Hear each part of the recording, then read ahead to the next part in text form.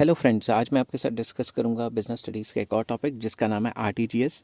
इसकी full form है real time gross settlement. तो चलिए शुरू करते हैं, ये होता क्या है।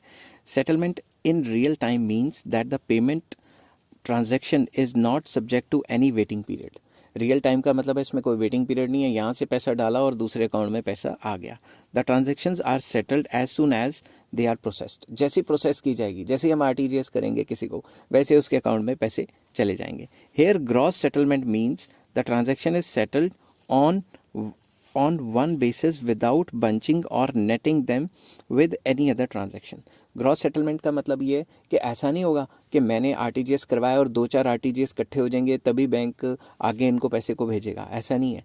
आरटीजीएस जैसे मैं करवाऊंगा, मेरा ग्रॉस सेटलमेंट का मतलब उसी टाइम सेटलमेंट हो जाएगी, उसको किसी और ट्रांजेक्शन के साथ बंच करके आगे नहीं फॉरवर्ड किया जाएगा। कि जैसे आप मैं चेक जमा करवाने जाता हूँ तो मैं चेक को ड्रॉप बॉक्स में डाल देता हूँ, तो फिर वो चेक को इकट्ठे हो जाते हैं, फिर 2-3 घंटे बाद वो इकट्ठे चेक सब करते हैं कि भाई यहाँ से पैसा वहाँ गया, वहाँ से यहाँ गया, चेक को क्लियर करते हैं। 2-3 घंटे लग जाते हैं, कई जगह लग जाते हैं ज़्यादा टाइम भी, 4-4 5-5 घंटे भी। तो ऐसा नहीं किया जाता। आरटीजीएस में जिस टाइम आपने पैसा डाला यहाँ से या आरटीजीएस करवाई, उसी टाइम सेम टाइम दूसरी तरफ चला गया। Once processed payments are final and irrevocable. एक बार आरटीजीएस करा लिया तो पैसे वापस नहीं आ सकते, ये बात याद रखना। इसलिए जब भी आरटीजीएस कराओगे तो थोड़ा ध्यान से करवाना पड़ेगा। फीचर्स क्या हैं आरटीजीएस के? पहला, this electronic system is controlled by RBI, there is no physical exchange of money.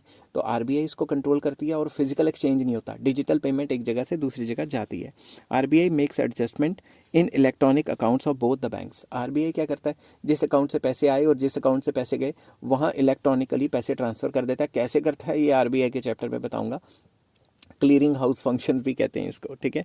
Next आ जाता है RTGS system is suited for high value transaction, minimum value should be 2 lakh. तो मैंने आपको एनईएफटी में बताया था कि भाई कोई मिनिमम वैल्यू नहीं होती, मगर आरटीजीएस में क्या होता है, मिनिमम वैल्यू होती है कि कम से कम 2 लाख का होना ही चाहिए, तभी आरटीजीएस होगा।